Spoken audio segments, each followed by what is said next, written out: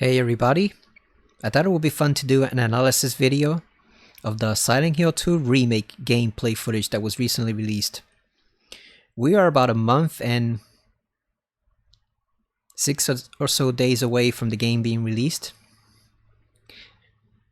For some reason I thought it was about a month and 18 or so days. I had it in my head that the release date would be around October 20th. It's actually October 8th, so we have little over a month left until the game is released. Now they recently released three new gameplay trailers pretty much. One was a story trailer, one was a gameplay trailer, and I think the other trailer is just talking about the game in general. So they released 3 new videos. Now I've looked a bit through this one. I only skimmed through it. I didn't really check it out much, but I've seen a couple points here and there, and so far it looks a lot better than the gameplay trailer that they previously released. Konami had released a gameplay trailer a while back, and there was some discussion about it. There was some discussion because Konami had released that trailer, and the game looked very rough, to say the least. And even Bloober team was actually upset that they had released that trailer because they say they focused on the wrong things, one, and two, that the game was not ready to be shown in that light at the time they released that trailer. They were still refining everything, so even the developers themselves were actually upset that they released that trailer. But I've checked through this one just for a few moments, and so far this one looks a lot better than the trailer that they released 3 months ago. So let's sit on back and let's analyze the hell out of this thing as a big Silent Hill fan that I am, and see what we can find out and what we can point out about the differences between this and the original. So yeah, let's just sit on back and analyze the hell out of it.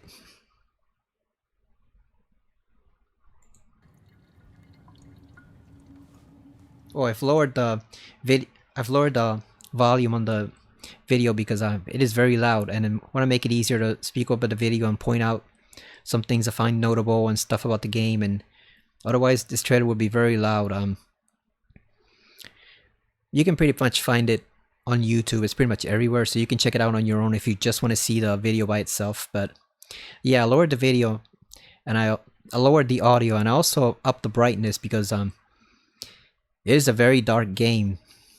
The video is already very dark, and I'm doing this on my laptop, so it's even darker. So I wanted you guys to be able to actually see what's going on the screen. James actually does go into some locations that are very physically dark, so I want to make sure everything is clear up on the screen so you can fully appreciate the graphics that Bloober team has built for the game. But with that in mind, let's go.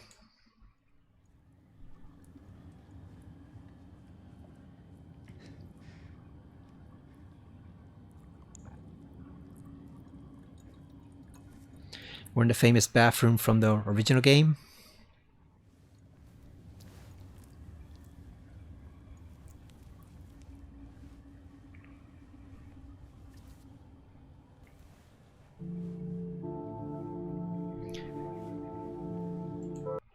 Now, one thing I will point out right away is that there was some discussion when the trailer was first released that it kind of gave away a very important twist in the game. I can't get too deep into it just in case you haven't played the original game, but there was some discussion that the way James was behaving kind of gave away a very important twist in the game.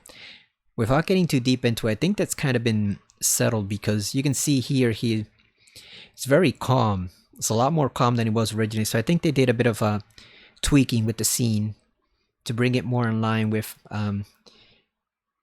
the proper intentions for the story, because obviously you have no idea what's going on at first, so you have to be very subtle with anything you portray about the characters. You don't want to give away anything too soon, but I think they've done a good job. One thing about James, I admit I don't like the way he looks in this game. It's mainly his hair. It's mainly his haircut. I thought he looked better before, but it's a minor detail. It's just a lot of people have pointed out they don't really like the way James looks here, but he looks okay overall. It's just the hair that bugs me a little. I don't know why. I can't really put my finger on it. It's just the hair that For some reason, I can't get used to it, but it's a minor detail, all things considered.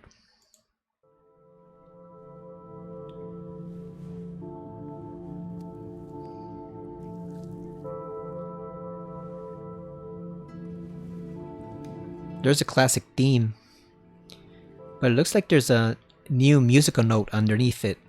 It's not quite the same exact theme it was before.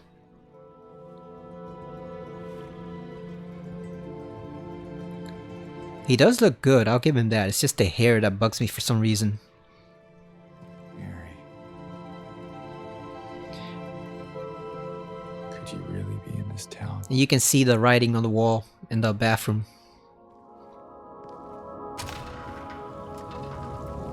Now, one thing I'll say about this game looks gorgeous. Whatever issues you may have with Bloober team, they have made a gorgeous game. Look at this. This is a beautiful view. And it gives me a bit of a Twin Peaks feel to it. You know, like this is like... This vista reminds me of something you'd find like in Alan Wake, you know. I'm looking at it on my HD TV right now. I have the laptop connected to the TV. My restless dreams. I see that town. Silent Hill. You promised you'd take me there again someday. But you never did. Well, I'm alone there now. In our special place. Waiting for you.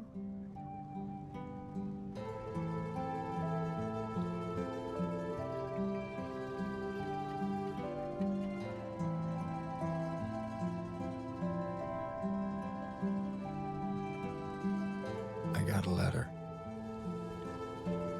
The name on the envelope said Mary. My wife's name. It's ridiculous. Couldn't possibly be true. That's what I keep telling myself. Mary died of that damn disease 3 years ago. So then why am I looking for her? Our special place. What could she mean? This whole town was our special place. Could Mary really be here? Is she really alive? Waiting for me?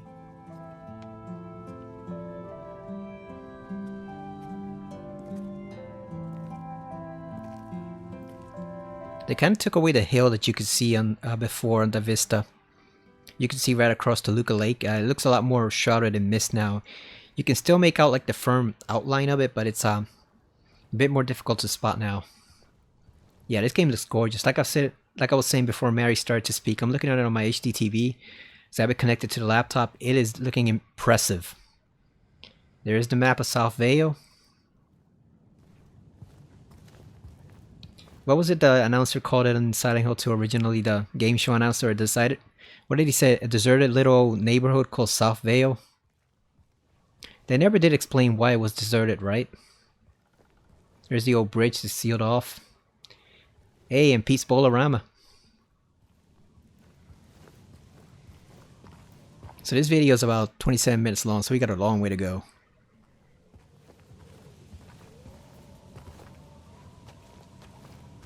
This game starts off very quietly too. Obviously, you don't really encounter an enemy until like, what, like 15 minutes into it? 20 minutes? So this is our usual little jog through the forest. I didn't fast forward at this part, so I wonder if they're going to show off the cutscene with Angela or not. I haven't yet gotten used to Mary's voice acting. It sounds a little off, but at the same time, remember she is supposed to be sick during this period, so it kind of makes sense her voice would sound a little rough. You know, you generally don't sound at your best when you're that sick. Okay, so I skipped past it a little. You know, obviously, there's no enemies during this portion, so you don't really want to be lingering out too long for a preview. Look at that texture on the mud. It's actually looking pretty... It's looking pretty impressive. Oh, and there's the infamous save point. Somebody pointed out, where's the red light coming from? Not just here, but also in the original. Where's it coming from? And then someone else replied, Silent Hill 3 explained that. Remember that infamous red light? The whole, like, thing in the funhouse? I don't even know what you would call it. I always assumed it was just like this massive mass of ghosts that were just trying to kill Heather. Because what else would it be? You could even hear it kind of screaming, so I always assumed it was just a huge pile of ghosts. So if you're wondering what that red light is, yeah, maybe it is like the ghost of the actual town. That jacket is on sale on the Konami shop. It's a little expensive, but I don't know, if I ever get enough money, I might get one. It looks pretty cool.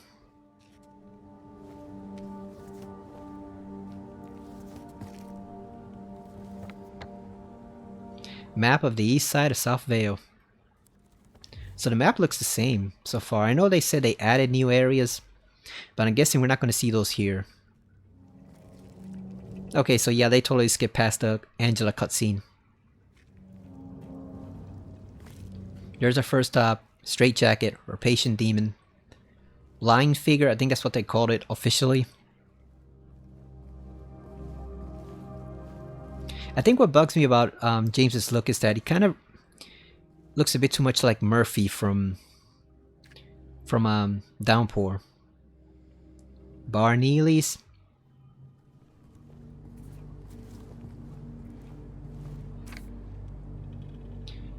Let's see what that says. Let's go back a bit. Goddamn Furiosa thing, and that's the next video, or no, I think it's something about Resident Evil. That's the next one. Whoever has this playlist. Let's see what the note says. If you're reading this, leave. This place is not what it seems. Sometimes you just have to look behind. Yeah, well, we know James can't leave. He's got a mission here, so he's just gonna have to deal with it. He's just gonna have to handle it.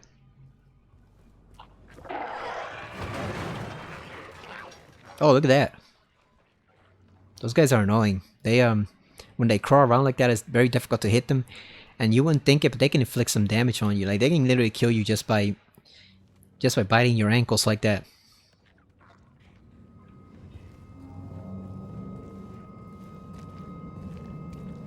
Noise is coming from both sides of the headphones, depending on where he looks. So that's some nice audio there.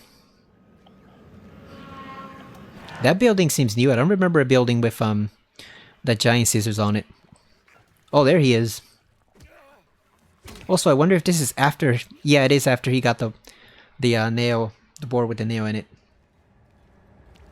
Now, I will go ahead and say I have never liked the board with a nail in it. The wooden plank with a nail. I hate that weapon. It's got limited range. It doesn't do much damage. It's only got like 2 moves. I think you just hit it. One, you hit it from the side, and then one, you hit it overhead. And it just... For some reason, the fandom is obsessed with this one weapon. I've never liked it. My favorite melee weapon from the series would probably be either the emergency hammer from Silent Hill 1 or the katana from Silent Hill 3. The one Harry gets in 1 is overpowered, but that's a bonus weapon, so I don't really count it. That's something for you to play around with after you finish the game. But in terms of normal weapons, I've always preferred the pipe to the plank. I don't even like the pipe that much, but it's better than this piece of crap. But here, it actually has some crunch to it. It looks like it actually has some force and can do some damage. It's not just a weak melee weapon like it was in the original. So it looks like they improved it just the slightest bit. It can get crunchy when it hits the enemies. Going into Cafe Texan. I don't remember going into a cafe in the original, so I think this is a new environment, right? This is a new setting. We went into the bar, not the cafe.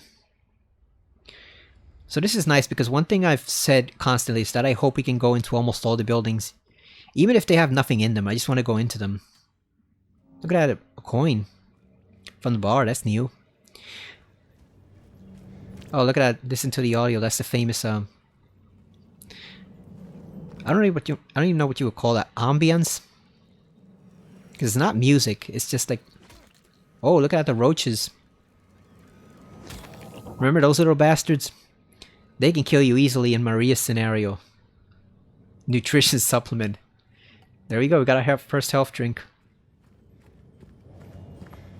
One thing I remember watching a Silent Hill 4 playthrough a long time ago. This is years back, and it was female Silent Hill fan, but she'd played all the games. She was a big fan of the series, and she was used to it being a health drink, and she was supremely pissed when she got to Silent Hill 4 and realized they changed it to a nutrition drink. Yeah, see, the plank actually has some force behind it now. Oh, look at that acid. That's nasty. And look at that, it actually covers your whole screen. Yeah, it looks revolting. It's like when Sybil fought one of them in the Silent Hill movie. It sprayed that black tar at her, but this one's even more disgusting than that, so... Yeah, nice job on the patient demons. They actually look pretty gross. Oh, look at that. You can break the windows too. That's pretty neat. So they have modernized it quite a bit. I know people are afraid it will make it too action-y or too modern. Look at that. That's a new item, vinyl glue. Yeah, people are afraid they would make it too modern. They were saying, oh, you know, the tank controls are part of the magic. You know, this part of the game. It has to feel clunky. It has to feel like, you know, you're not really that in control. Like the controls have to be slightly frustrating. Not really. Not really, because RE1 Remake, the HD version that they put on PS3 and Xbox 360, was it the 360? Yeah, I think it was, and then PS4 and PS1 and all the other consoles since. Like, they had two different control schemes. Classic controls, which are the tank controls, and it has modern controls, which are slightly janky, but once you get used to them, I actually find I prefer to play with the modern controls. Obviously, it's the player's choice. You know, if you want tank controls, go for it, but I actually found I prefer to play with the modern controls. And even in the old Silent Hill games, I replay them from time to time, 2, 3, and 4, and I find I actually change it to what they call 2D controls, which is the closest one to modern that they have. So I actually don't stick with the tank controls in the series, even though they were a big staple of the Silent Hill games. I actually don't stick with them for long. I always change it to 2D controls, and whenever I play Resident Evil Remake, which is pretty much every year, I always change it to modern controls. The tank controls are fine, and it really is up to your preference, but I don't know, I just find the way I look at it is this: if you're relying strictly on the controls to provide tension and fear to the player in a horror game, like, you're already relying on a crutch. That's kind of implying that you don't trust yourself to actually be able to make, you know, scary enemies and scary locations and scary settings, that you have to cheat the player a bit by using the controls. You know, oh, let's give them intentionally bad control so that the player feels helpless. And it's like, I've always viewed that as kind of a crutch. And one thing I like about the original games is that, like I said, you can change it to 2D controls and it doesn't really lose any of its effect. It's just James or Heather or whoever becomes much easier to maneuver if you change it over to 2D controls. So I'm glad to see some modernization in the game here. You know, instead of trying to keep things exactly the same, you know, they're improving on it, because there are a couple quality of life choices that can be made to improve the game. So far it looks good. And this is obviously a new puzzle. The record player and the broken disc. Obviously this was not in the original, so this is a new puzzle. So that's also good, because that means they'll be giving us new challenges. We're not just going to be, you know, going on Google right away and we already have all the answers to all the puzzles in the game, because that would be lame if we know the solution to every single puzzle in the game before it's even released. So I'm glad to see they're doing some new things. So let's keep going.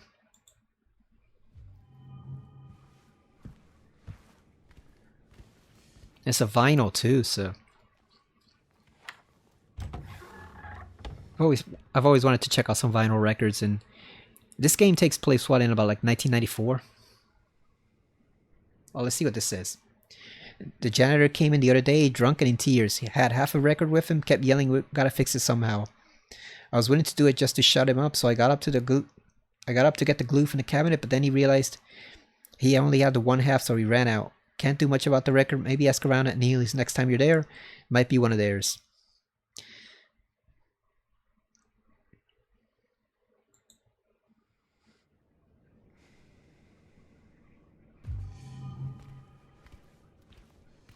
This reminds me of some of the puzzles you might find in Alan Wake 2.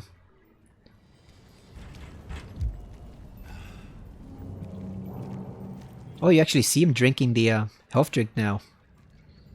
There's the famous door. The door that wakes in darkness, opening into nightmares. We know when we gotta open that, right? After the hospital. Bar Neely's. Let's see what it looks like. Oh, it's mostly the same. I mean, they didn't really change that much. Thought it was gonna be bigger, but no, they kept it pretty intact. There's the jukebox. You can see it right there. Oh, there was a hole here. It's gone now. They kept that. The fans would have rioted if they had taken out that match. There would have been hell to pay. It's like the bingo line from Resident Evil 4. You can't touch it no matter what, or else fans will be pissed. Yeah, the record player reminds you of the one in Alan Wake, actually. The first game. The one that they broke. The two brothers broke it because they kept playing the same song over and over again. Yes, we gotta find some glue for that. Well, we have the glue, we gotta find the other half.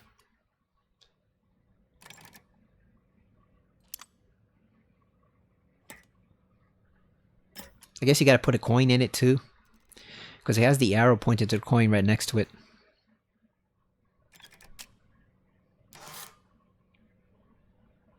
Also, there's the second half, so now we gotta glue it together. Would that even work in real life? Like if you were actually trying to glue together a vinyl disc, would that actually work? I know for here we just needed to finish the puzzle, but would that actually work in real life? Gluing together a record like that? Would it even play or not? I don't know anything about vinyl, so I have no idea.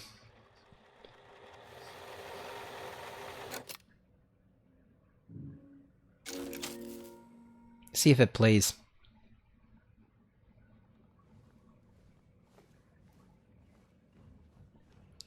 Okay, so that actually didn't do anything. I wonder what the point of that puzzle is.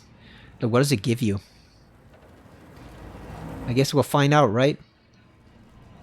Oh, look at the fog. It's nice and thick.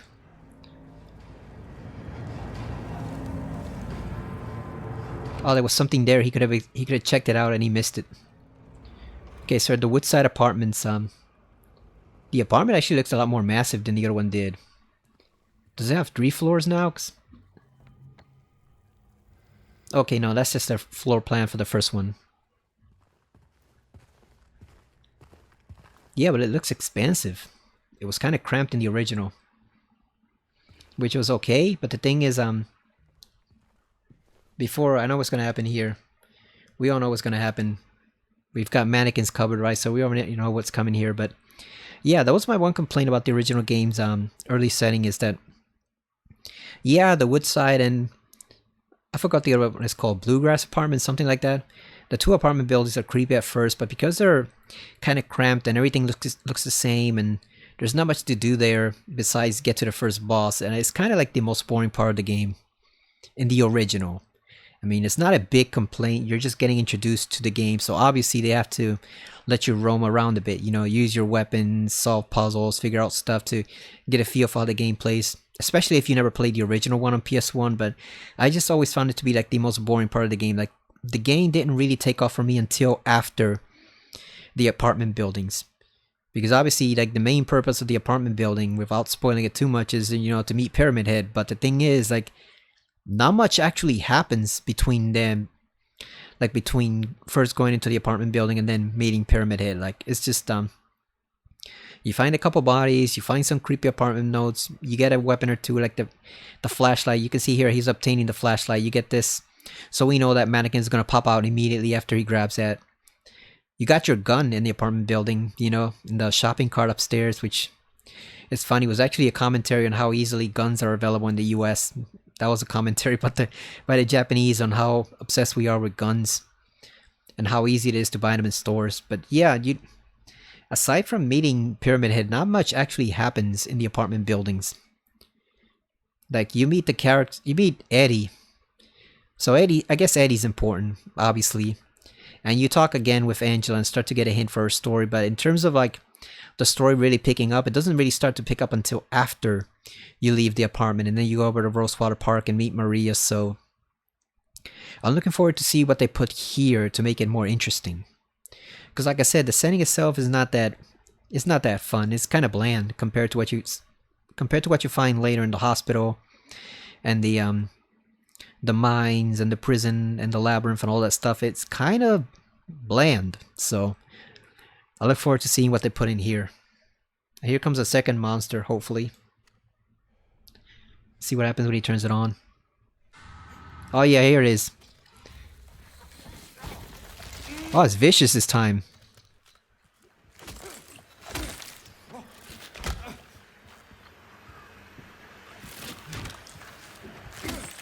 Oh, I can dodge too.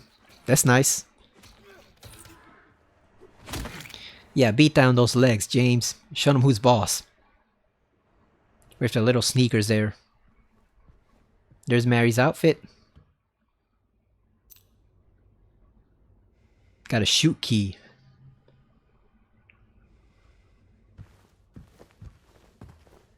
Hopefully not the garbage chute. It probably is the garbage chute where we throw the trash down. Look at that, we got the nutrition drink. What do you think those things taste like?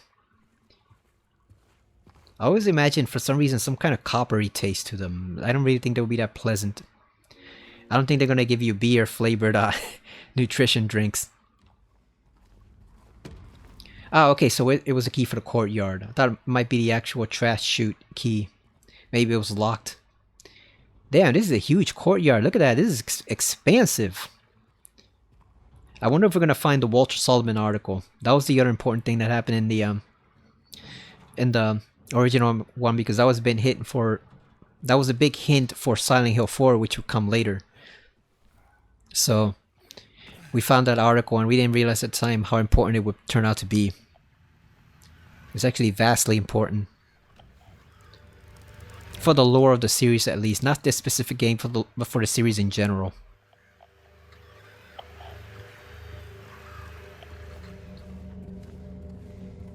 Yeah, so far I'm digging it. It's actually, so far it's pretty cool. Can't wait to get my hands on it in a month or so. I already pre-ordered it. I wasn't going to, but I had a Best Buy reward that was going to expire and there was literally nothing else. Lies of P wasn't on sale. I already had Astrobot pre-ordered. Couldn't use it to get a PSN card, so I figured, what the hell, let's just pre-order Silent Hill 2. I mean, we're going to play it anyway, so we might as well pre-order it. I wanted to kind of wait and see what the reviews would say, but you know what, no, let's just screw the reviews. Damn, there's Laura. Yeah, we don't need reviews, do we? We go into our games blindly, like men. Men don't need reviews. I actually like the way Laura looks better in this version of the game. I don't know, for some reason she just... Obviously the point of her was that she was really bratty in the original, but she even looked like a brat too.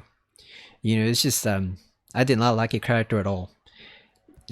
She's supposed to be a sympathetic little girl, as you find out later on, but I just... Oh, look at that puzzle. That's creepy. The two hands.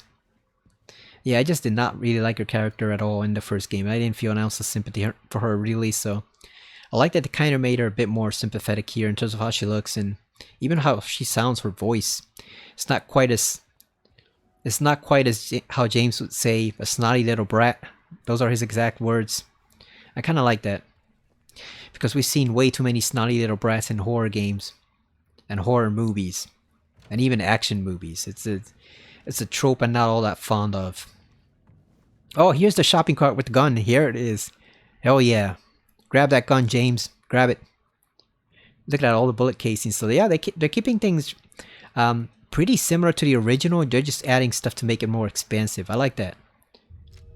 Oh, look at that. Is that a pentagram on it? No, that's a logo, but it can't see what it says. It says something like BI. It would be funny if it was BJ. Oh, we got penguin bullets. That's the decision right there. Penguin. Is Oswald Cobblepot funding those bullets? Is that his weapons company? Oswald Cobblepot? Are we secretly in the DC universe? Obviously not, but that's funny. Penguin bullets. Because who else uses a machine gun frequently in fiction? The Penguin. He's an arms dealer, obviously, so.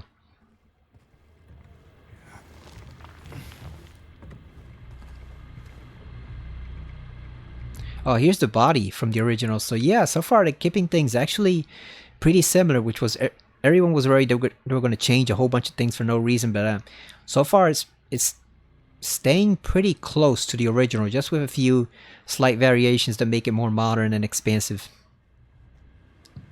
Oh, he's not going to pull off the shirt because you can't see that it's probably still his body under there. So, oh, look at this. Oh, there's 4 of them now. This area was actually slightly difficult to deal with because you got to get that coin, and they would always. What would happen in the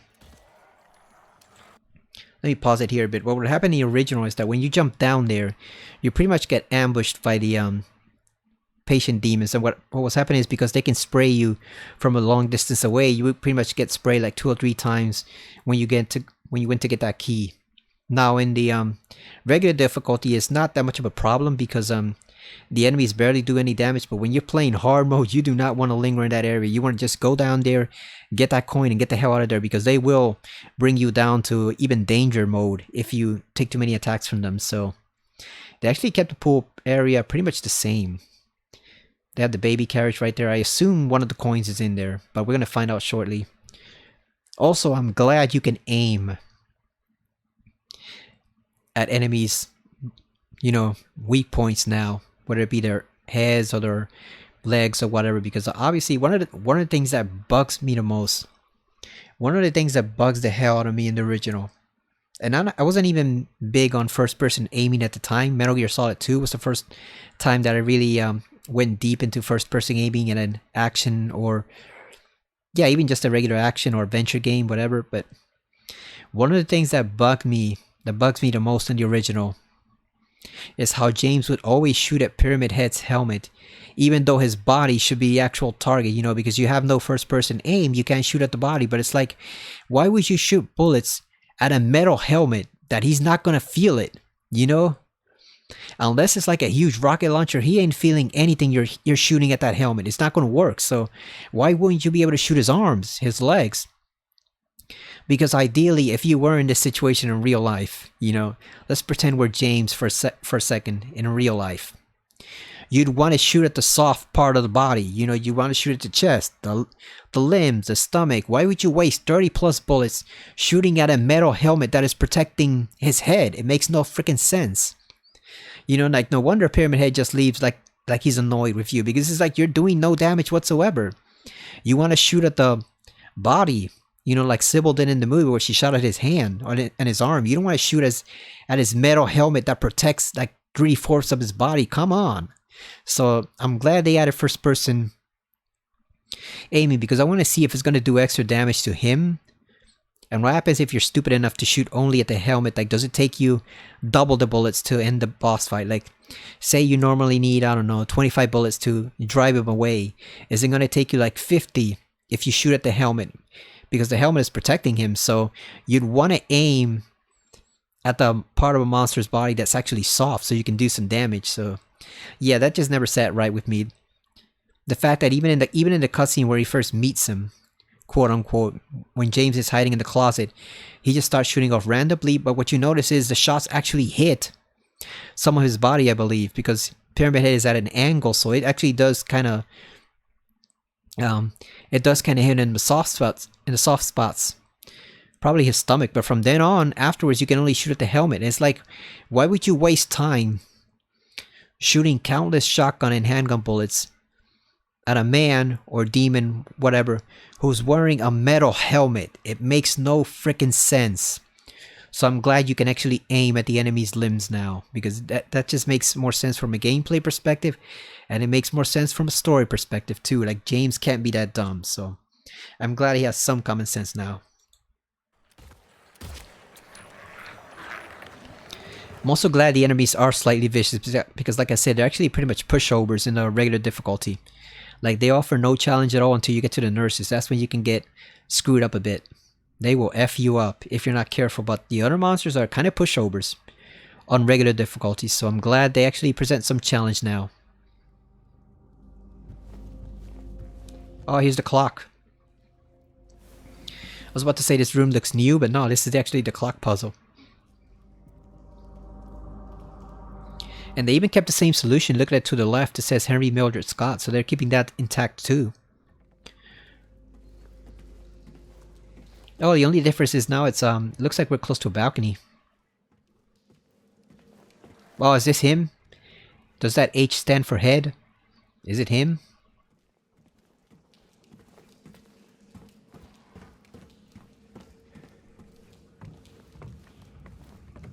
Okay, I don't think it's him yet. I think you have to unlock the door. Maybe it's in another room.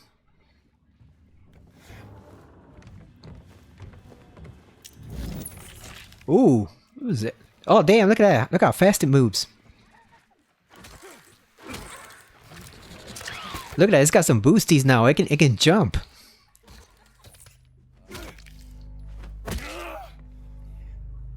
Is it wearing sneakers? I don't think it is, right? I think his legs are... I think his feet are wrapped in something. I don't think it's wearing sneakers anymore. Which would be kind of a shame because I like the fact that they wore sneakers for some reason. James, what are you doing with that syringe? So you can use the plank to break through solid walls too, the ones that are crumbling. This area actually reminds me a little bit of Silent Hill: The Short Message in terms of the aesthetic, just the way it looks. Oh, look at that, they can open doors. What the fuck? Wow, so these guys got an upgrade. Look at that. They can actually open doors now. They can open it with their heads. They don't even need arms. They can just burst doors open with their head. That's actually pretty frightening, because imagine if you're in an area that you think is safe and then suddenly the door bursts open and here comes this thing. And it's slow too, so it can ambush you and nip at your ankles before you can even shoot it. So they actually made a huge upgrade to the patient demons.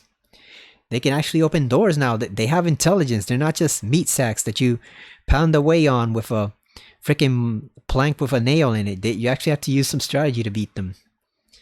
And the mannequins are much more aggressive, because like I said, one of my main complaints about the original game is how easy of a time the enemies are. They literally are just complete pushovers. I know part of Silent Hill 3's difficulty is the fact that the camera kind of sucks, so it makes the enemies difficult to fight. But I actually appreciated even back then that the enemies in Silent Hill 3 were way more aggressive in terms of going after Heather than the ones in Silent Hill 2 were with James. Like, those were just pushovers. You could just smack them down easily. These actually look like they put up a fight. And this is on regular difficulty, I'm assuming, so I can't even imagine how much harder they're going to be on hard difficulty. If the nurses are still as aggressive as they were in the original, those nurses are going to F you up. Like, you're just going to have a bad time fighting them, especially in packs. If they come in numbers of 2, in numbers of 3 and 4, they could be quite a challenge. 2 is not that big of a challenge, but once you start getting 3 or 4 of them, they could be quite a challenge, especially if they go the Silent Hill 3 route and some of them have guns. If some of those nurses have guns, that could be a big problem for James. But yeah, so far I'm liking what I'm seeing in terms of the enemy AI. It's a lot more advanced than it was in the original game. And I appreciate that, because like I said, this is a survival horror game. You know, like, yeah, you want to be able to defend yourself. You don't want the player to be completely helpless like in Outlast or Amnesia or any of those games like that, because those games to me mostly suck. So I want you to be able to defend yourself, but at the same time, you don't want to make yourself too overpowered, you know? You're not freaking Chris Redfield in RE5, able to punch down a boulder down a mountain, you know? You're still just a regular normal man. And you're not Heather either, who secretly has a badass side to her. Like you are, James is, for all intents and purposes, pretty much a normal, average guy. That doesn't mean he should be stupid or weak as hell, but you should feel a bit vulnerable when you're engaged in combat against the enemies. Like, it shouldn't feel like going against a piece of cake like it did in the original. You know, those enemies in Silent Hill 1 could mess Harry up. Especially the apes and the gray children. They could just deal huge amounts of damage to you. So I like that they're actually bringing back the difficulty to it. Let's keep going, because there's only 6 minutes left, so I assume he's going to enter this area. He's going to fight Pyramid Head now. I assume he's down there waiting for us. Also, the building looks a lot more rickety now, which actually adds some atmosphere to it. Before, it just looked like a regular old apartment building. A little grimy, a little dusty, but nothing too threatening or intimidating. But this just looks dilapidated as hell. Like this literally looks like something you would find in like Condemned from the Xbox. It looks that double of disgusting. So I'm glad they put the detail into it. They're really making it stand out. Oh, something's nearby. Oh, look at that. There it is right there. Yeah, you lie your ass back down. Squirting that goo at James. This is no squirting, so mister. 307. See if he's here. No, not yet. Oh, look at that in the cage. What is that? Is that a TV set?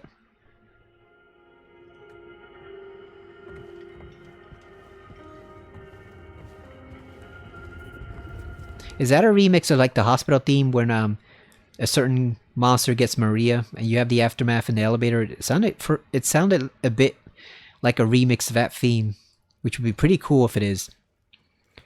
One thing I also wonder if they're going to keep the game show host from the hospital, if they're going to switch it up with something else.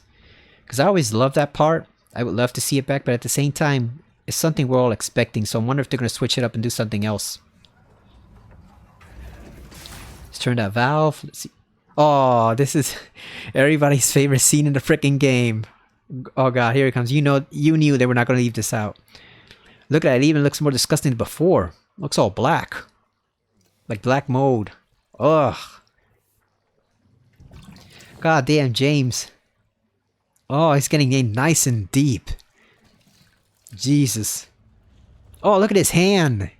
So covered in... You know what that is. I don't need to say it. We all know what that is. Oh my god. James, wash that fucking hand. Like, take one of those health drinks and just pour it over your hand or something. My god. Sterilize that thing before touching anything else. Look at that. He did not even wash that hand. It's just all... It's gonna be like that for the rest of the game. You imagine him touching Laura with that hand? Or anything else? Maria, like, ugh. You imagine Laura, him putting his hand on like her shoulder or something to reassure her, and when they're in the hospital and Laura's like, why do your hands smell like shit? James is a nasty, nasty ass man.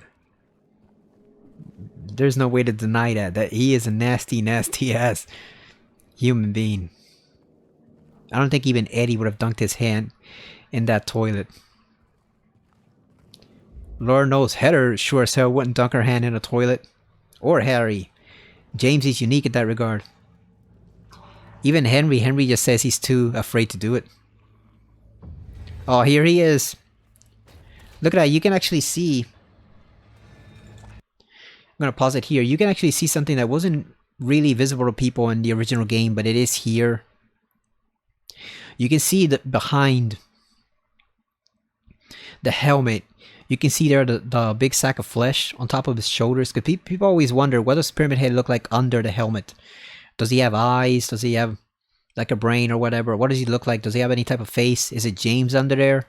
Some fanfics and analysis speculated on it being like a copy of James under there. No, it's just like a huge mass of flesh under there. And you can see it right there. They did a pretty good job of distinguishing it. You can see it right there. It's just this huge blob of flesh underneath. So chances are like it's nothing more than like this triangular shaped blob of flesh under the helmet that's just filling up the helmet.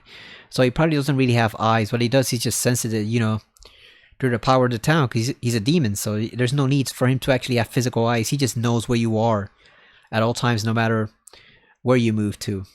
So yeah, I'm glad they actually putting that detail in, because that's something that actually has appeared in statues, and I don't know if you call them action figures, but figures they've made of Pyramid Head do show that flesh mound on top of his shoulders, but you don't really see it in the game because, you know, you only encounter him a few times and usually you're running away from him, so you don't really get to notice that part of his anatomy in the original game, but you see it here.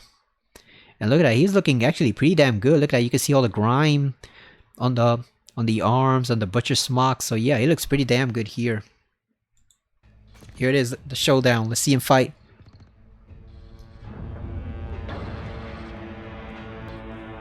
Oh, they got the old theme too. It sounds a little bit like the betrayal theme from when you fight the 2 pyramid heads at the end of the game.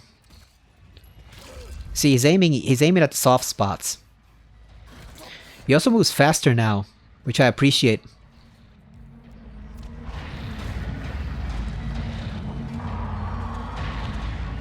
Okay, now we have the original battle theme. We have the original music from the first battle in the original game. But you can see there he was aiming at the soft spots, not just the helmet.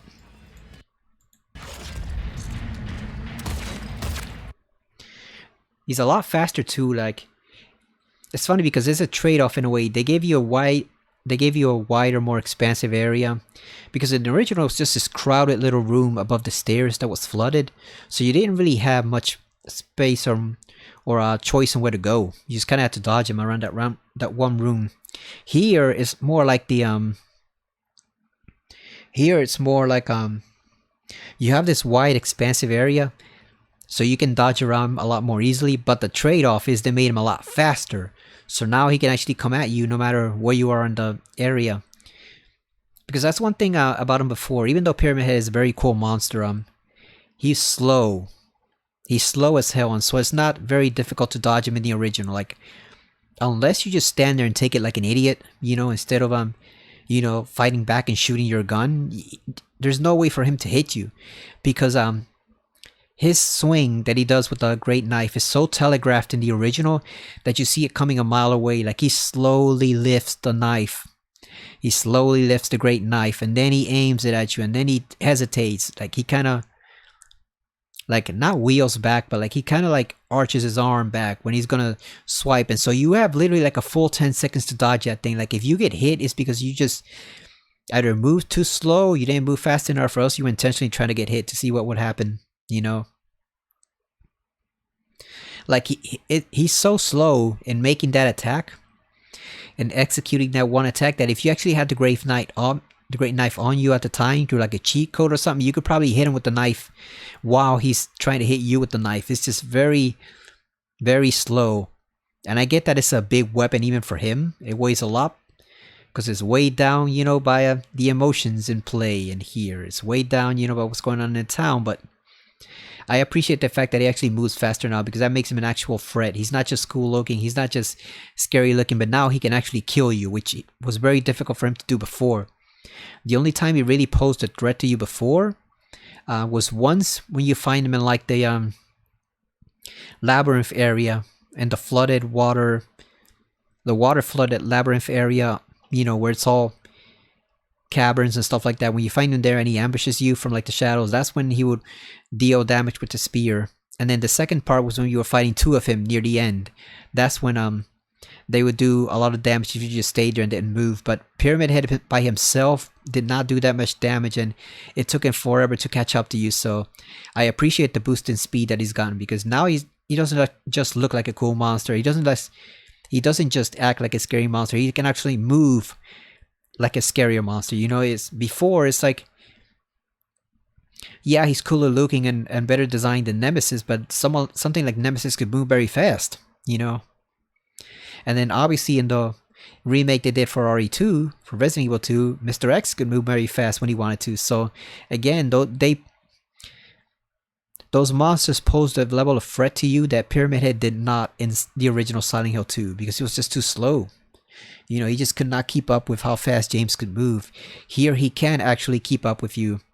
And I've seen hints that it may appear around other places in the town, so that'll also be a thing as well. Something to keep your eye on, because, you know, like, you don't want to expose him too much. You don't want to be running into him like every 15 minutes or every 30 minutes, like sometimes what happened with Nemesis in the original RE3. But at the same time, you want to give the player the sense that he is in the town and he can find you at any given time. So it'll be nice if we actually run into him in certain other places. And if they could figure out how to do it, it would be even nicer if we would run into him random places. Like imagine if he never showed up in the same place twice in a subsequent playthrough. You know, like if the only fixed points for him were this battle, the hospital, and the battle at the end with the two of them. Imagine if those were the only 3 fixed points in the entire game and he could just show up and roam wherever he wanted to in any other area, whether it's the apartment buildings or well, I guess there might still be a little bit left of the apartment buildings after this. They might have changed it. But imagine if more like the hospital and the labyrinth and stuff like that. You know, imagine the prison. Imagine if he showed up in the prison where it's all dark and it's already infested with monsters and you have all sorts of creepy stuff there. Imagine if he just showed up at random, like in that hanging courtyard where you kind of hear like the horses trampling. You know, the prisoner area where they would hang the prisoners there. Imagine if he showed up there just randomly. That would be scary because you would never know when or where he was coming from. So he would become an actual true threat at that point. He would be a true pursuer type enemy, a la a Mr. X or a Nemesis, in a way that I think would really benefit him, because we all know he looks cool as hell. We all know his backstory is cool as hell, but he doesn't really move like a threat in the original. He's just too slow. You know, again, I know that was intentional at the time, but it's just he needed a little bit more speed to be a truly dangerous threat, and I feel that he didn't really get it. And that's kind of difficult to admit, because remember, my name is Pyramid Head 316, so I'm a huge fan of the character in general. I like the design, I like the concept for it, I like the backstory. I just wished he moved a little bit faster, you know, that he moved a little quicker so he could pose more danger to you. And it looks like now he certainly does. So let's finish out this fight, because we're probably like at 40 minutes or so in the video. And he has the old design too. They didn't go with the movie design for this because people would have crucified them if they used the Homecoming design. So I'm glad to see his old design here.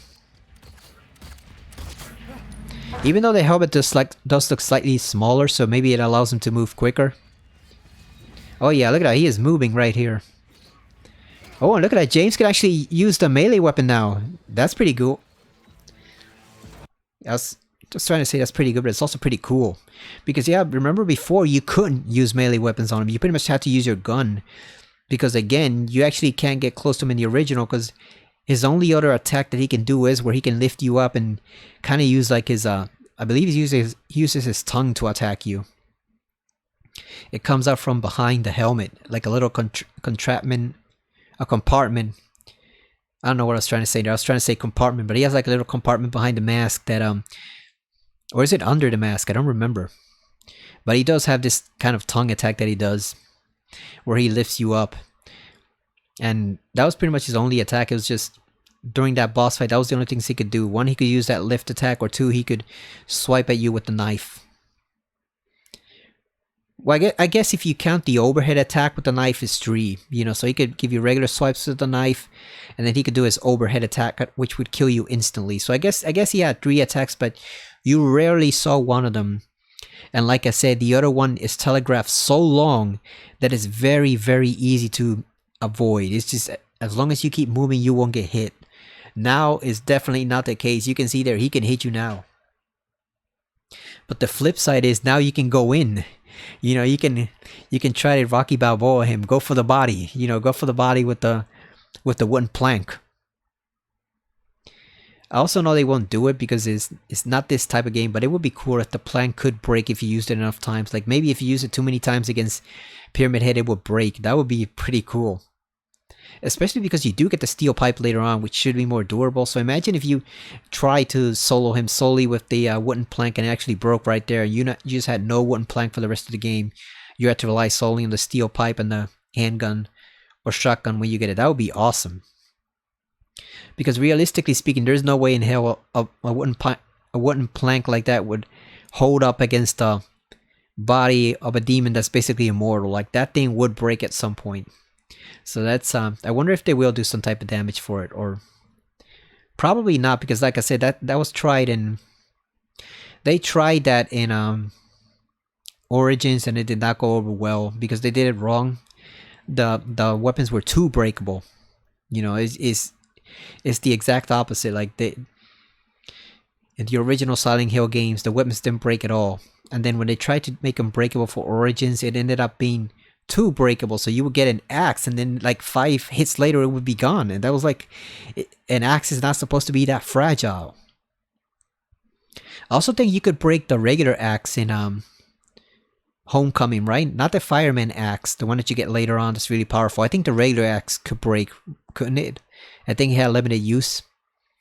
I haven't played that game in like 5 years, so I don't remember too much about it, but I think it had limited use. But yeah, you can actually go up close with Pyramid Head now and actually go for the body. So that's actually a pretty interesting improvement. I like it. Because again, what happens if you run out of bullets? Because before, you pretty much had to conserve handgun bullets for that fight. Otherwise, I think what happened was you either had to wait a certain time for him to go away when the siren would ring out, and then he'd just go down the stairway after it stopped being flooded, and he would just leave the building. Or else you kind of had to shoot him, I think it was like 30 times with the handgun to get him to leave. But imagine if you have no handgun bullets left at that point, how would you fight him? You know, you're pretty much screwed. So here, instead of waiting around for him to leave, you can just go right at him with the melee weapon. So I actually like that. That's a big improvement over the combat in the previous game. Oh, look at that. He is going. Yeah, there's that overhead swipe that I told you about. Looks lethal. Yeah, he is hauling ass. Look at that. He is angry. This is more what I would expect from a monster of Pyramid Head's intentions. Oh, look at that. Look at that. He tried to do that choking attack right there. He tried to pick him up. Oh, can you block it? Damn, he is messing James up. Look at that. He's got him on danger. Just in time. Yeah, don't try to follow him because he will kill you. I'm pretty sure it's the same thing here. If you try to follow him like he did in the original, he will turn back and kill you. Oh, and he's got pants too. It's not just a butcher's mock. He's actually wearing pants. Not to get too dirty about it, but he wasn't wearing pants before. And he certainly wasn't wearing pants in the movie because we've all seen those stills of him from behind, and he is pantsless. He is fully exposed when you look behind this apron in the movie, but not here. He's actually wearing pants. So good job, Pyramid Head, on keeping that actually covered. Good job on not being exposed. There's James staring at him, wondering what the hell just happened. Who is that man? Okay, and we're gonna pause it right here because I think this is the end of the video. After that, it just goes back to the logo for it. So yeah, we're gonna pause it right there. So yeah, that is 27 minutes of Silent Hill 2 remake. This is just my opinion, but so far it's looking pretty good. The gameplay looks great, actually. It looks like they made a lot of improvements on it. I don't know if you can call them quality of life improvements just yet, but they definitely are improvements. You know, he's got more moves with the melee weapon. The melee weapon has some actual oomph to it. Is that the term you would use? Like like I said, it's crunchy when you hit the enemies. It sounds like you're doing some real damage. And like I said, I'm shocked you can actually go in up close. You know, now that you can actually target the body, not just the big giant helmet he's wearing, you can actually go up close and try to solo him with melee weapons. That's actually pretty decent, you know, if you dare to try to tackle him head on, but you actually have the option now. You don't just have to stand back and shoot him and hope that you don't run out of bullets before he gives up. So that's a huge improvement. That's a huge improvement on the battle from the way it was before. Oh yeah, you can see he's now just leaving through a door. So I'm guessing there is another area beyond that besides just you know, exit to the park. Because before you would just go down the stairs and you just exit out the door and you're out the back of the apartment building. So here it looks like there might be a little corridor or something before that, before we get to Rosewater Park. So that's nice because we might find other monsters there. We might find other items there. I think they'll definitely give you health items there and bullets just in case you got seriously messed up during the fight. But yeah, you don't just go outside now. You actually, it looks like there's a whole other area before the park right there before you actually head out and meet with Laura and Maria in the park. So yeah, the areas look a lot more expansive, which I appreciate. Like I said, one of my biggest hopes for the game is to be able to go into almost every building. I know it's not possible. We're not going to go into every single building, obviously, but let us go into some of the shops, some of the little shops here and there. Let us see, even if it's just like the like the entrance. You know, you don't have to go back into like the explore every single back room and closet and basement and stuff like that. But let us go into more than just, you know, a select few buildings. I get why it was done that way in the original, because, you know, you have limited memory on the PS2. You don't really want to have, I don't know, 50 open places and where you can go in the original game. The PS2 just couldn't support that at the time. But now that we have the PS5 and most of its brain power, so to speak, is being wasted on trying to get games to look good and somehow only run at 30 FPS while using ray tracing. Instead of doing that bullshit, why don't you just give us more unlockable rooms and areas to explore? You know, just give us some more stuff than we saw in the original. Make it feel like a fully functioning town that it was before it all went to shit, you know, before it all went to hell. Give us let us have a little taste of what some of those places were actually like. So let us go into them and explore them just for a couple minutes, just to find some interesting stuff. Because even the first game, even though you couldn't go into that many buildings, even the first game actually had a lot of it had a lot of items that you could go out of your way to find. They weren't necessary. They weren't gonna cause you to lose the game or be short on bullets or health if you got to the end. But they were optional things that you could go around and hunt for. You could search for those items if you knew where they were. Or if you didn't know where they were, you could stumble onto them in a nice surprise. So that was something that was really great about the first game. Even on the PS1, that it encouraged exploration in a way that was somewhat reduced in Silent Hill 2 and then reduced completely in Silent Hill 3. They just cut you out at that point. They didn't even allow you to explore. Whenever you would try to go in the opposite direction, Heather would say, now's not the time for that. We got to go to the hospital. Or the amusement park. I've got to go to the amusement park and help Douglas. Like, they just gave you no option to explore except in like the mall. That was like the one area you could fully explore. After that, it was all just straight. It was just a straight line.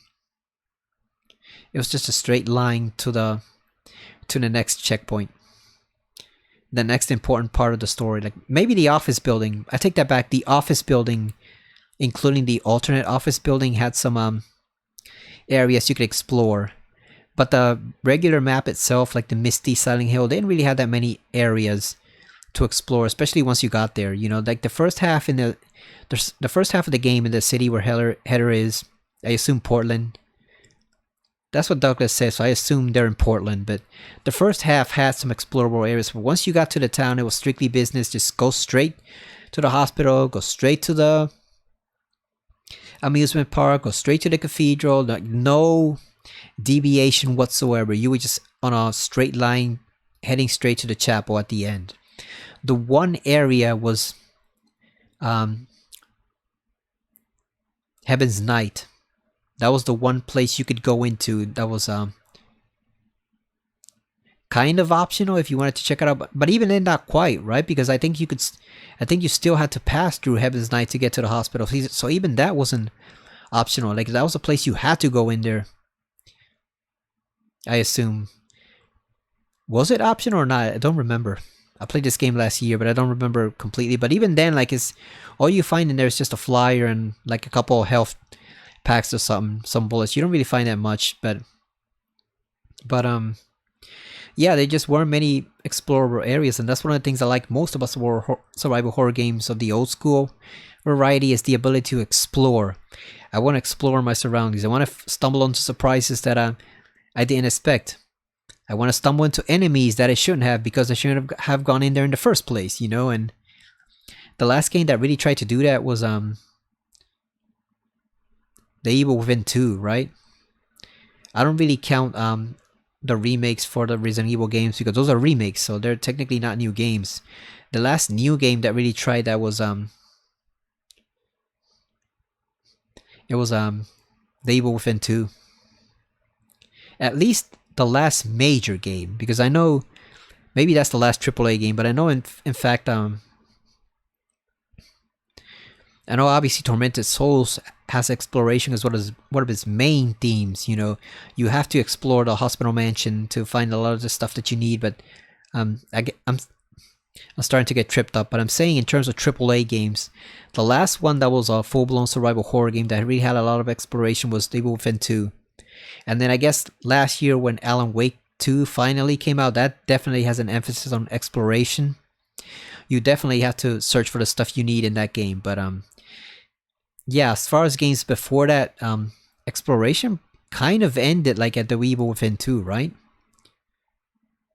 Because even Resident Evil 7 has a point where once you get to a certain point in the game, it's just a steady line forward. You're not really deviating from the main path for anything. So I like that they've added more areas to the game here.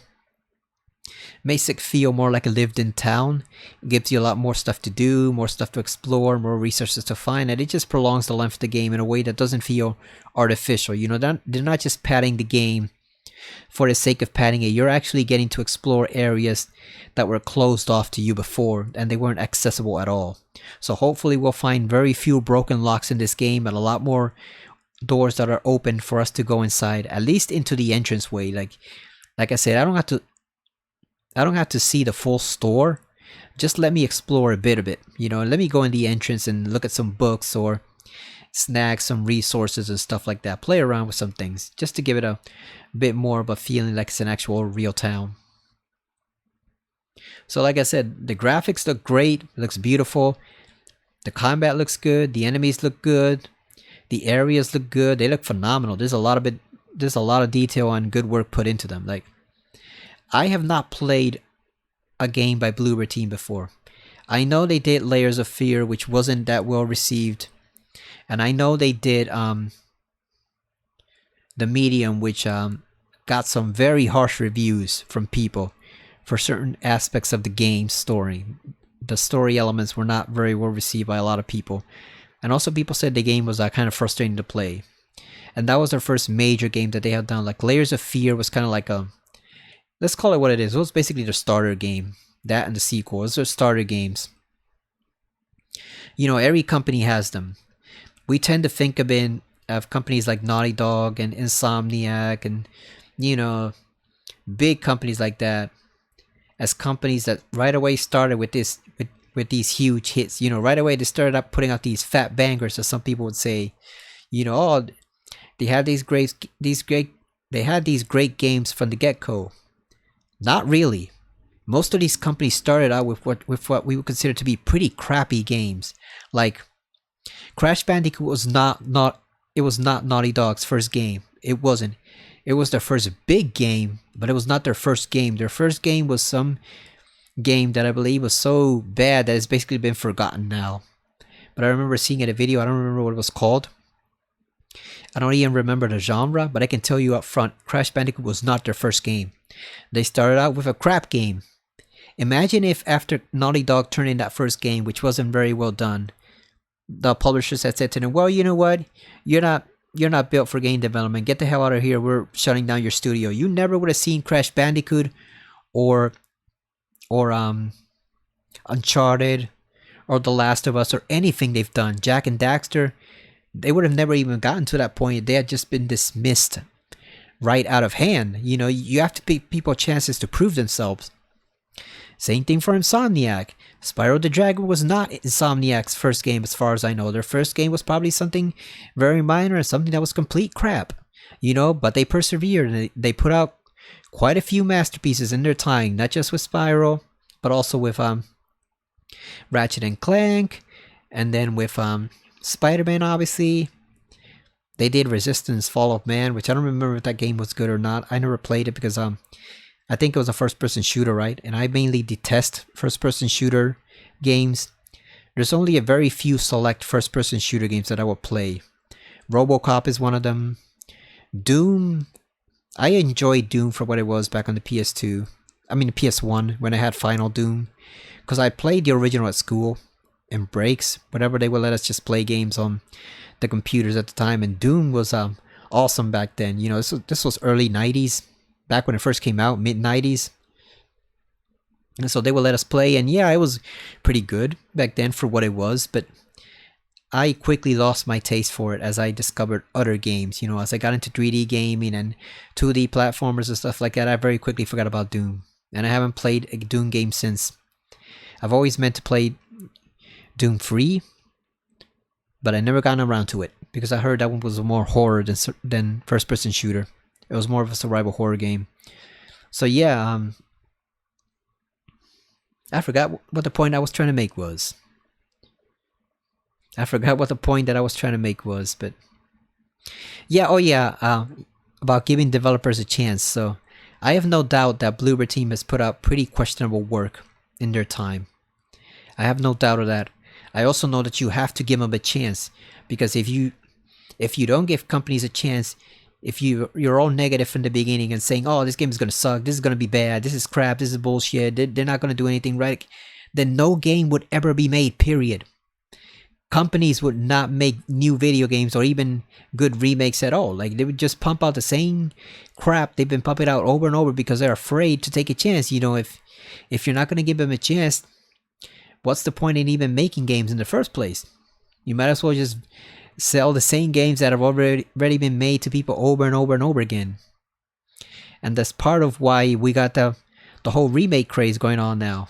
Ironically, since this is a remake, obviously, but the thing is, even there with remakes, one of the reasons some of them turn out to be kind of crap is because the developers are so terrified to deviate from the original game that they don't put any creativity of their own into it. So I like seeing a game that, yes, it's not exactly the same as the original. It's trying to figure the right word. Or reimagining would probably be more appropriate. You know, it's a reimagining of Silent Hill 2. But I like that because it means it's giving the developers a chance to be creative and put something of themselves in it, not just replicate Team Silent's work for Konami one for one. You know, we already have that game. It's called the Silent Hill 2 Enhanced Edition, and it's perfect. You know, all that's missing is just an official release from Konami. If we could get an official release from Konami for the PS4 and Xbox One and PC and PS5 and Xbox Series S, whatever, Series X, all the modern platforms, and the game would be complete. Basically, it would be perfect as it is. But even now, we still got that on our computer, and they just uploaded a new update for it like 2 days ago or 3 days ago. I heard people talking about it. It says pretty good. It's like a legitimate, not just a remaster, but it's like literally replacing the textures with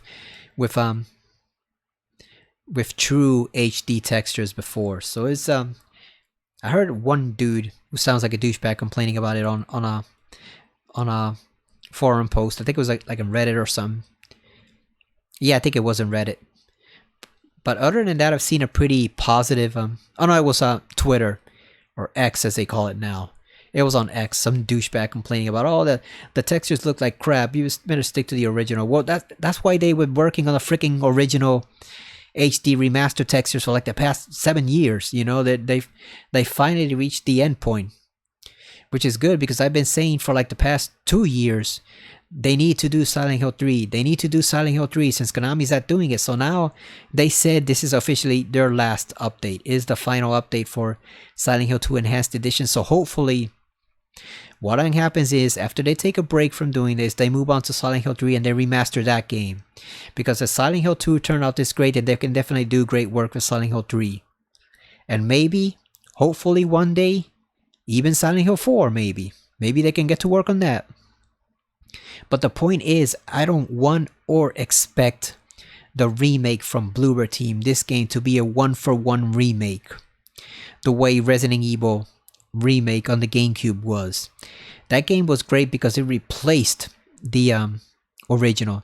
The original on PS1 was very janky. It had awful voice acting, which, yeah, I know some people say it has its charm, but let's face it, it was terrible voice acting from an era when very few games had voice acting and very few voice actor directors in video games knew what the hell they were doing. So the game is rough and the gameplay is rough. The zombies weren't fully worked out yet in terms of they couldn't decide how strong they wanted to make them or not. And there was just all sorts of things with that game that you could tell was just a hint of what the vision for the game was. You know, the developers for the original Resident Evil way back in 1996 had a certain vision for the game, and they can only get part of that vision onto screens, you know, in PS1. The format was just too limited. So when they did the GameCube version, since they now had a much more powerful platform, and they didn't go for the PS2, they went for the GameCube. Now they just went nuts. They just went nuts, adding new things to the game and refining the textures and making it look like an awesome mansion, and you know, giving the characters life to them. They look very realistic, and they put their true vision for the game on screen in a way that they weren't able to do before. It was just impossible given the limited hardware. I don't expect that to be this for Silent Hill 2, and I don't want it to be that. I don't want it to replace the original game. You know, it's not necessary. The original game is a masterpiece. We all know it. We've all acknowledged it. We've all played it like 10,000 times. I don't need for the game to be a one-for-one remake. I'm fine with it taking some chances. I'm fine with them doing some things differently. You know, we'll judge it on its own merits. And I'm sure it'll still be pretty good, because based on what this is right now, based on what I've seen here in the past, I'll say like 45 minutes, because even though the video is only 26, I've been talking for a lot longer. But based on what I've seen here, it's looking damn good to me. Is it going to match the heights of the original? Probably not. Is it going to replace the original? Hell no. But the original is always there. You know, like the only thing we're missing is an official release from Konami with the HD textures patched in. If they could just hire those developers and have them do that for the PS5 and Xbox Series X versions, then there will be no complaints. You know, we could wash away the memory of the old HD collection that Konami put out that was complete and utter crap, because they hired Hijinks Studio and they didn't have the resources they needed to give them, and the studio didn't have the experience to do a AAA game, so it was just a huge mess. But we could put away that for good, forget that thing even existed, and just enjoy Silent Hill 2 in both of its forms, you know, original and remake. But so far, this is looking good to me. I wonder if there's something else we should look at. Let's see, what else can we... Let's go back. Let's go back a bit. Trying to see some of those battles with the monsters. That's where's the first patient demon? Let's see.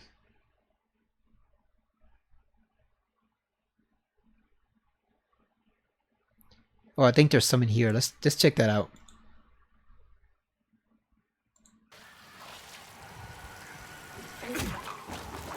Oh yeah, look at that crunching sound.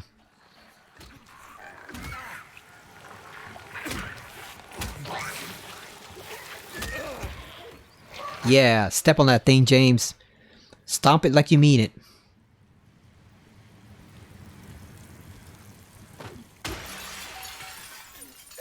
And James has much more natural movements to him now. He doesn't look all stiff like a doll that you're operating with like some puppet strings. He actually looks and moves like an actual man now. You know, it's still not perfect because it's a video game, but it's a hell of a lot smoother now than it was before. Let's go to the fight with the mannequin. I believe it's this one.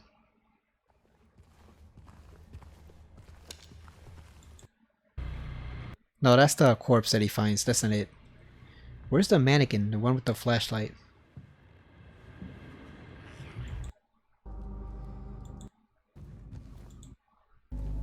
Damn, so it's not that one. Where's the where did he get the flashlight?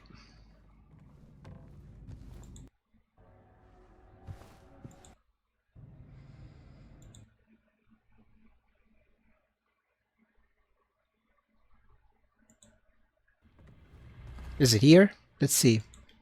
No, that's the TV again. Damn, I can't find it. Oh, is it this one? I think I found it. Here it is. Let's take a look at that again.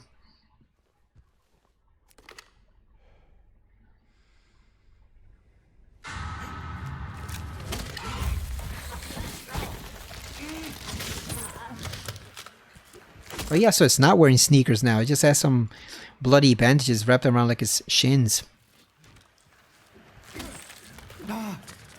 I like that it dodges. Yeah, it's barefoot now. I used to wear sneakers.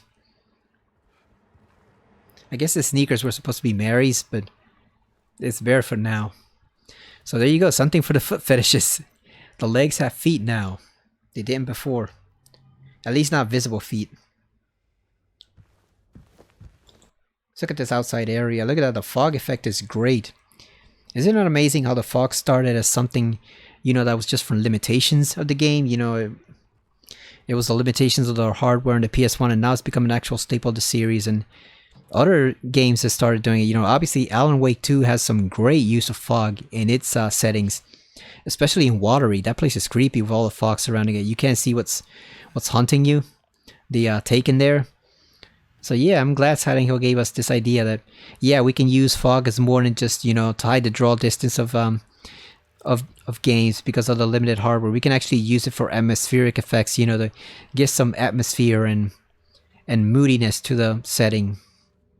You can use fog creatively instead of it just being a crutch to help you hide, you know, assets that you can't properly render because the system isn't powerful enough.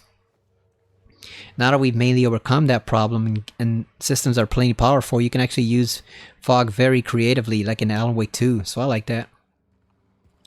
So Laura stepping on his hand.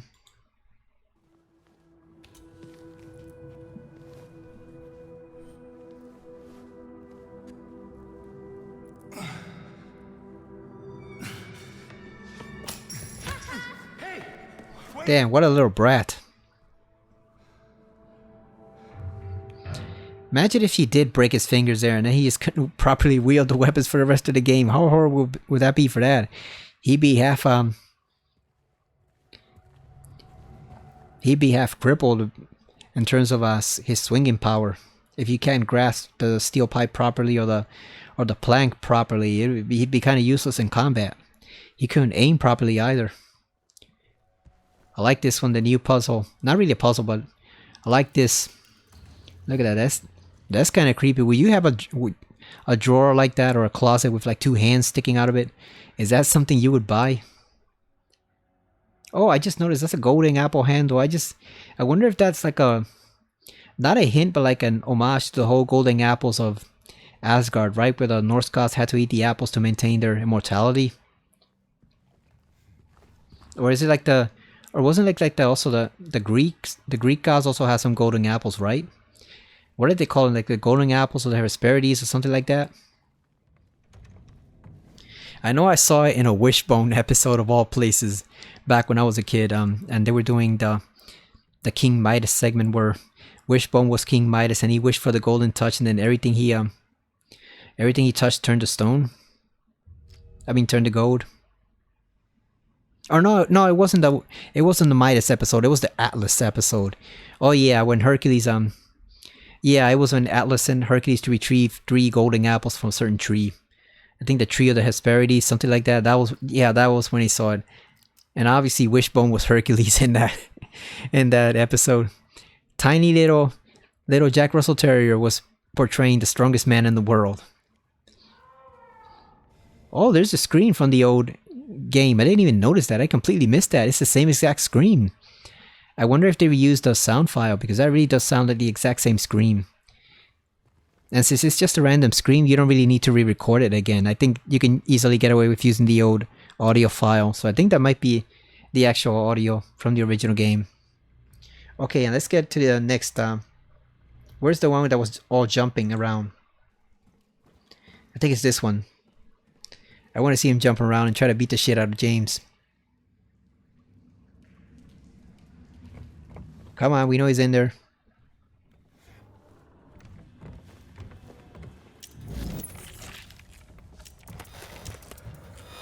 Oh, here we go. Look at that. This one thinks it's Apollo Creed. Oh, jumping around like that. Jumping around the ring. It didn't help it much though. James still killed it pretty easily. But I like that because in the original, the only time you ever saw them jump was where they would jump from the rooftops of the buildings outside after you left the hospital and it was nighttime. And they weren't really jumping. It was more like the force behind the town was actually throwing them. Oh, look at that dog bow. Wonder where we're gonna find the dog key in this game. I'm almost certain they moved it. They're not gonna keep it in the same exact spot. But we know it is probably gonna be there.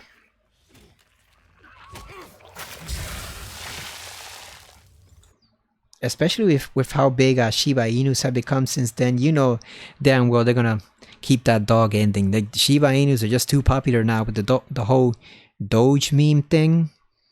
You know, and all the memes, we've all seen them, 1,000 different memes, like one portraying the strong and mighty Shiba Inu with like the huge muscular body that puts Hercules to shame, and then you have the opposite one that's just a crying Shiba Inu Cheems. We've all seen those memes. And we've seen the Doge memes, so you know damn well they're gonna keep the dog ending. That's Konami's even making a big deal of it. They're selling the hell out of those Mira plush toys on the gift shop or the online shop. They restock them like every 2 months. Those things sell like hotcakes. So you know damn well there's gonna be a dog ending to the game. It's just a question of where they hide the key. Probably in some unexpected place. You know what would be cool? If we had to do a puzzle to complete it, like if it's something that it wasn't accessible before, and we were wondering the whole game, what is that puzzle for? What is that puzzle for? Why can't we complete it? And it turns out, oh, you can only complete it after you beat the game once, because it's for the dog ending. That would be awesome. We actually have to solve something to get access to the dog key, or even if like the dog house, you found it, but it had like a padlock on it, or like a dial lock on it, and you had to find the combination for somewhere else. That would be just awesome if they got creative with it like that. Now, since this is Silent Hill 2, we got to repeat this scene. We have to repeat it because it's mandatory. This is James's signature moment in the whole series. We got to repeat it. Let's go, James. Let's dig in that booty toilet. Look at that. Ugh.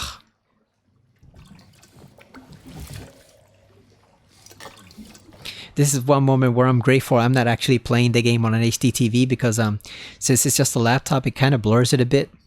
You know, it still looks good, but the textures aren't quite there. You know, since it's just a video from YouTube being rendered through a laptop and then passed on to a TV via HDMI, it doesn't look quite the same. But I'm glad we didn't have to experience that moment in true 4K yet. Yeah, it just want to see it a third time. Oh, look at that. He just gets right in there with that damn arm. Let's pause it. Look at that arm covered in goo. I'm gonna say goo because we all know what that is, and it ain't goo, but I guess it's gooey, but oh, look at that arm covered. The sleeve on his jacket is covered. That arm must smell like you know what. That smell is gonna follow him to the whole rest of the game. My God. Like, I know they wouldn't do it because it would totally break the immersion. But can you imagine Maria or Laura commenting on that? Jesus Christ, James.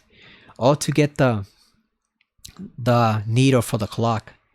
I just noticed that too. Before it was the wallet for the safe. Now it's the minute hand for the grandfather clock puzzle. So that's a different change that they made. So that's actually, I didn't even notice that before because I was just gushing out over James sticking his hand in there. But no, it's actually the minute hand.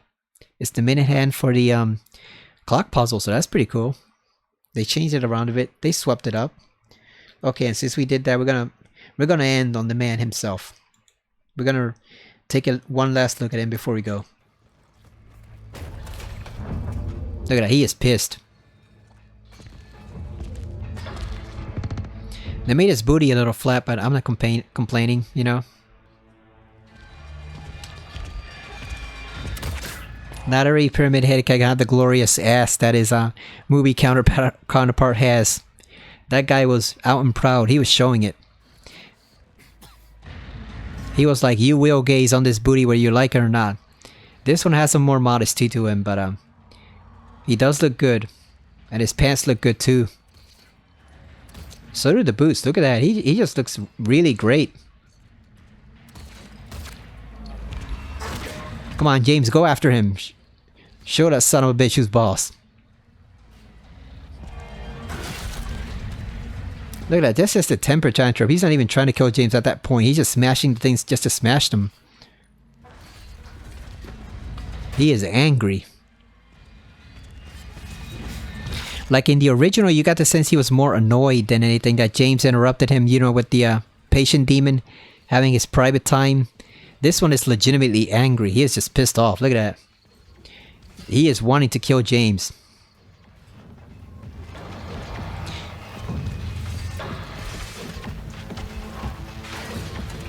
Like in the original, everything James encountered had a purpose in the original. So James kind of had to make it to the end. But here, you get the sense that if he killed him here, he will be like, well, my work is done. Time to go home. And then he'd realized, I am home. Yeah, you just know if you follow him right back there, he's going to turn around and kill you.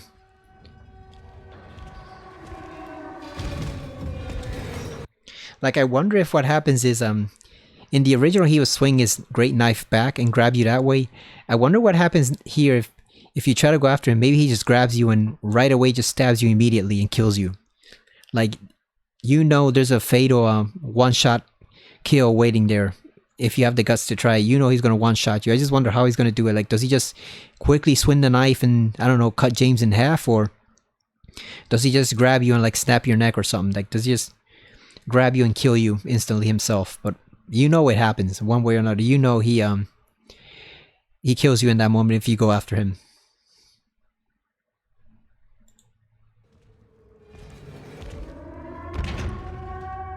Yeah, he's like, we're not done with you yet. I'm just off for now.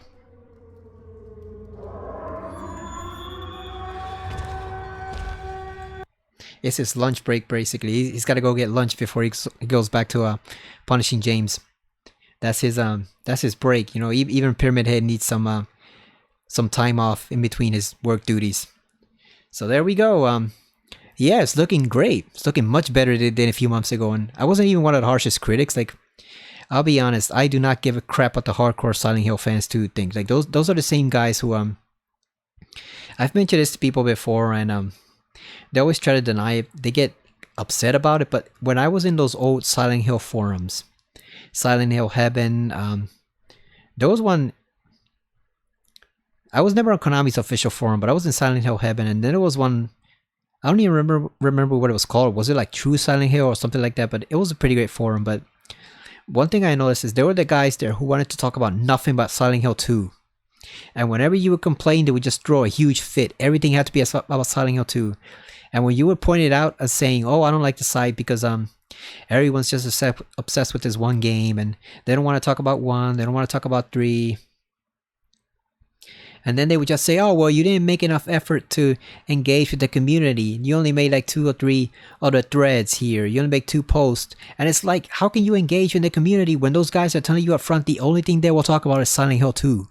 They don't want to talk about 1. They don't want to talk about 3. They don't want to talk about 4 or Origins or Homecoming, because at the time there were only 6 games, so we didn't have anything else. But they didn't want to talk about anything but the second game.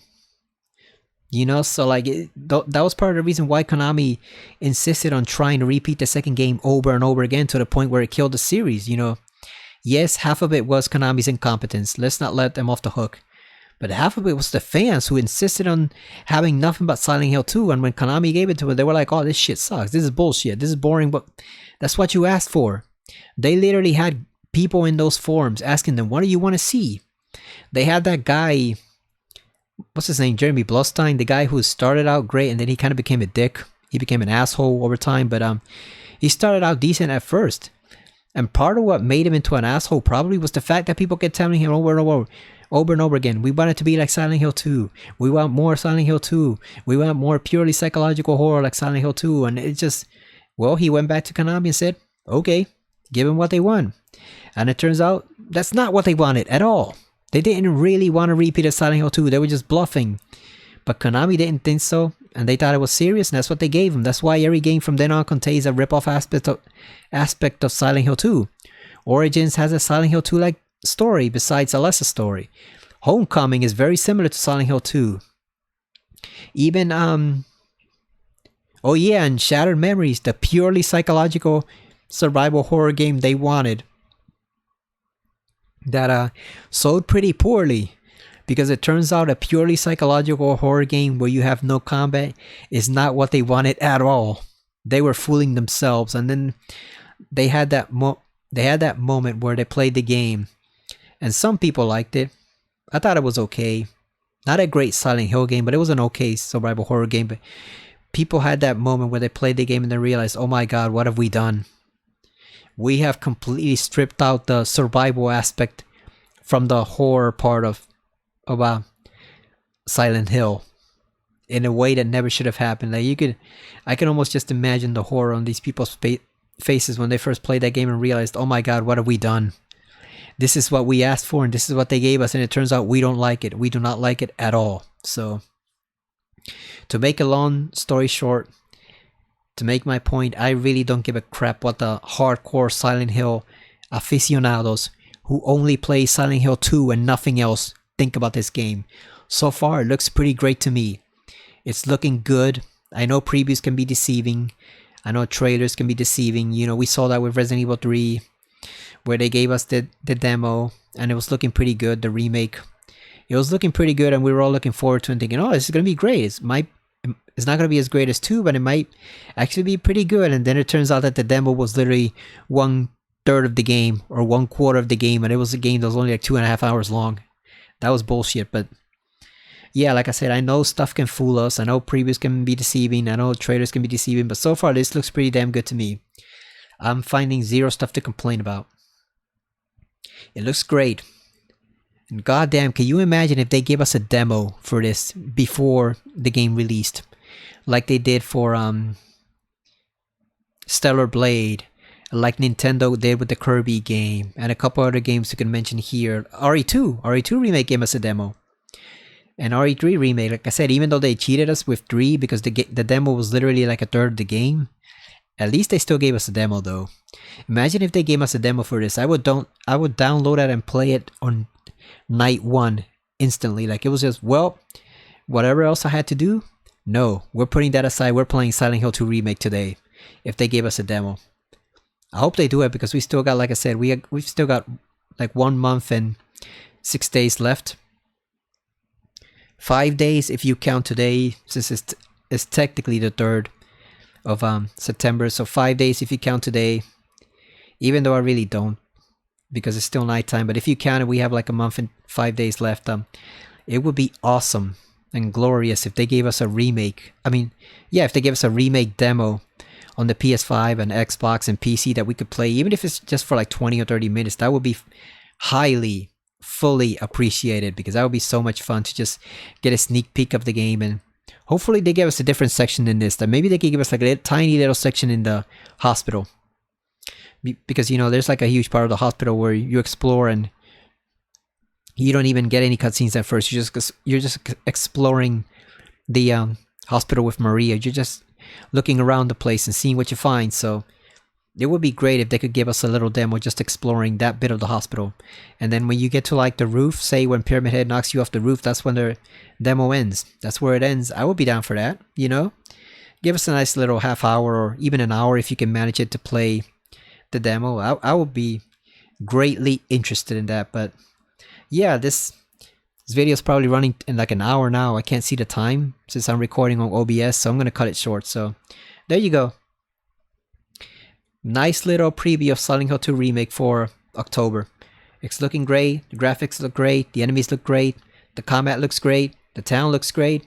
Looks very explorable and very detailed, which I appreciate. Overall, it's just looking like a very fun time, and I cannot wait to play this. But for now, I'm going to sign off, and I'm probably actually going to go and play Silent Hill 4 after this, if I can. If I can manage it, because my voice is starting to go, but if I can get my second win, I'll play Silent Hill 4 and continue with that playthrough. But this was very fun to do. My first analysis video. I've never done these before. The streamer I follow has done a couple of them, and he's trying to get back into it, I guess. He does a really good job of pointing out details and changes and stuff like that. I'm not as good as him, not nearly as good, but I hope you find something interesting about this video and something enjoyable. And yeah, like I said earlier at the very beginning, this footage is available everywhere on YouTube. People have done reactions to it. It's available from multiple sites. You know, like GameSpot has it. What is it called? A VCM or VGN, whatever that video game site that starts with a V, they have it. I'm pretty sure IGN has it, and like I said, people have posted various reactions to it. Some people have combined all 3 videos, you know, the story trailer, the gameplay trailer, and then just the general trailer for the game. They combined all 3 of them into one video that you can watch. So yeah, I urged you to go and check those out. Check it out for yourself without commentary if you want to watch it like that the first time, and see what the game is like, because so far it's looking pretty good to me. And after we finish Astrobot, which comes out this Friday, I already know what I'm playing next. So